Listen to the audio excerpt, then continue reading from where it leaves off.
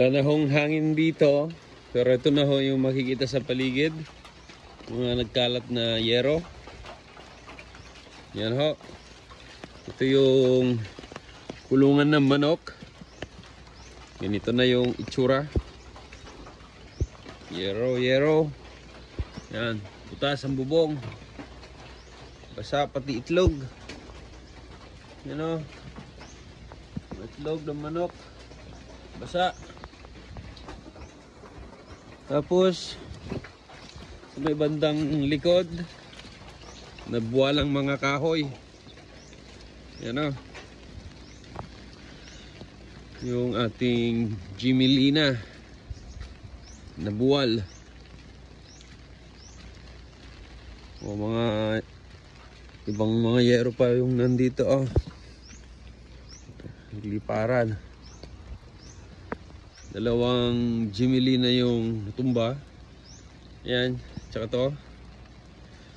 Tapos tumama sa may tab. Ano, sa may hituan. Mga saging nagtumbahan din, mga sanga, bali.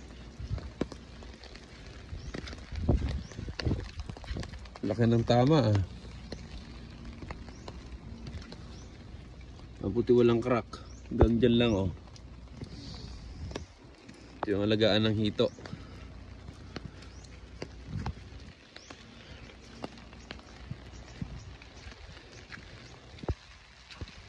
O mga saging dyan oh. Situmbahan din. Mga saging.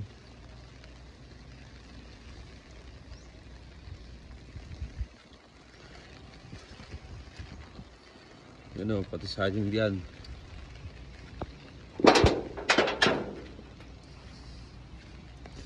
Mga tanim na ampalaya.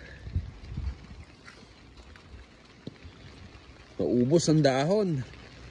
Mabutit. Nandito pa yung ating mga sili. Siling maanghang.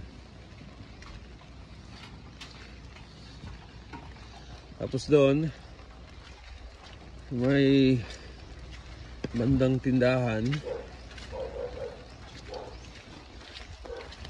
Ano, kaalat ang mga dahon, ang mga sanga.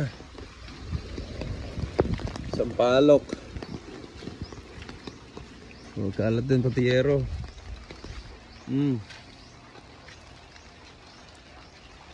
Nabitak din itong kahoy na to oh.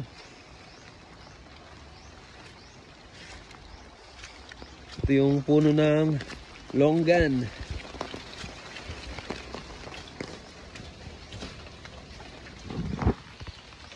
Tingnan natin.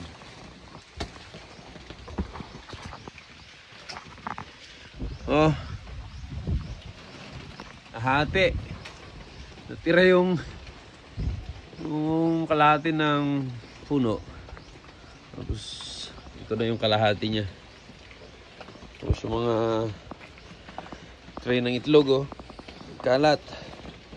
Ito yung epekto ng bagyong Nika.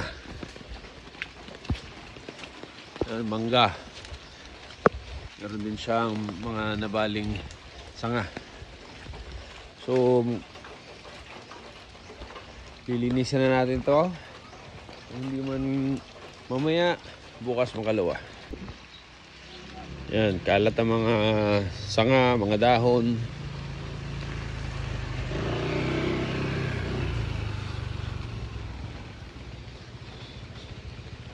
Tingnan naman natin yung kabilang lote. Pero itong mga mangga na to, matitibay ang mangga.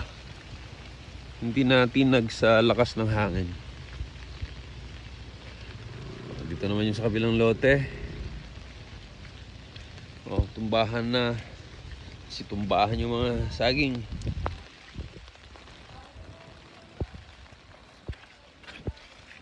Oh. Baba tayo. Dahan-dahan lang at madulas dito. Mga saging. Tumba. Mga iba nabali. Mga iba nabunot pa yung mga iba oh.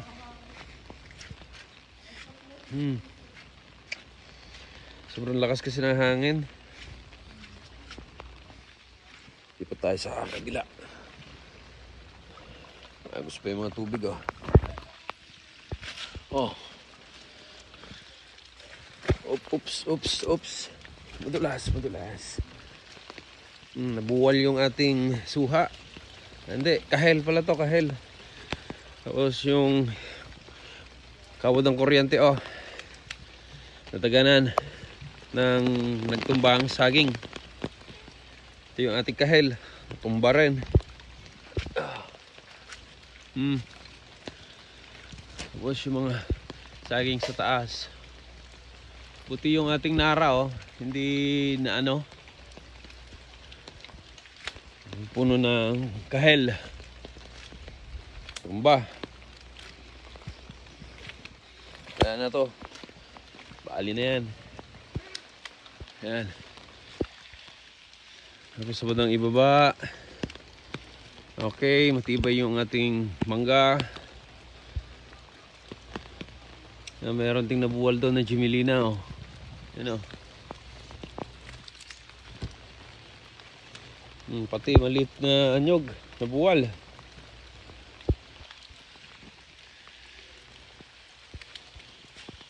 Ito dito.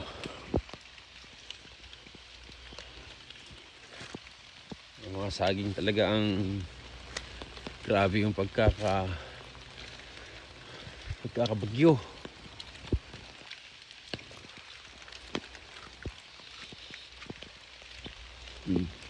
Yung avocado, nabuwal din.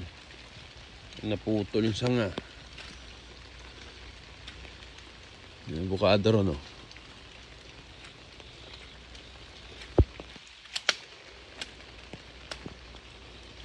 Yung mga mangga, hindi na paano. Yung avocado. Oh, ito yung itsura ng likod dito sa kabilang lote. So maraming ayusin, maraming lilinisan.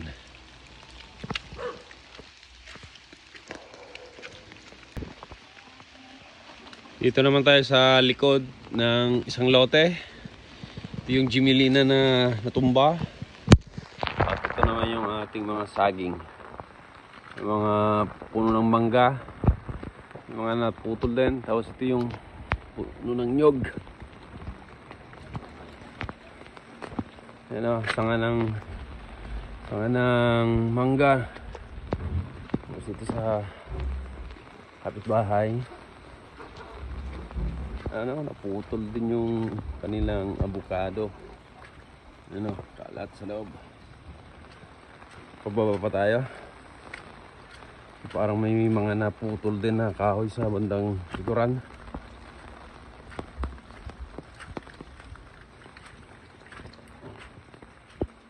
Oh, may nabuwal na Jimelina.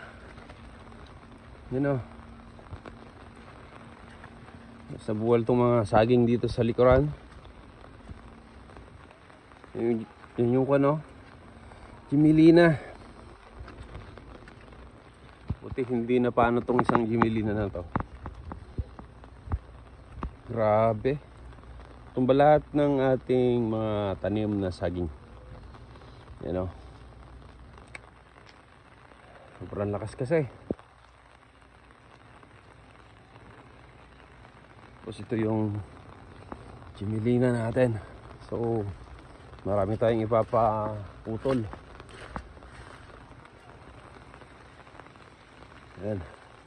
Sa mga ibang lote, tumbahan din yung mga kanilang mga kahoy. Pero talaga saging ang tinamaan ng gusto dahil ito naman yung pinakamarupok sa lahat. Saging. Sa likod ng tab.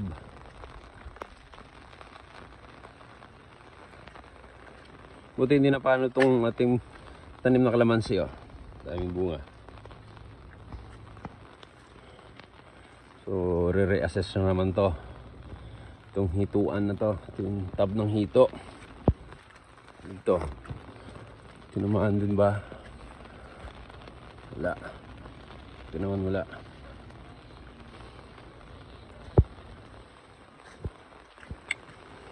Ay.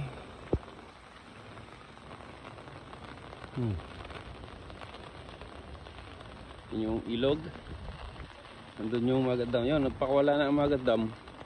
Zoom natin para makita nyo. Wala na ang Magat Dam. Yun o. Wala ng konting tubig. Siguro tumaas yung level ng Magat Dam. Kaya nagpakawala sila. Kaya itong tubig na to, itong ilog na yan, papunta yan sa baba, San Mateo, Ilagan, Kawayan. So yun lang. Linis time na.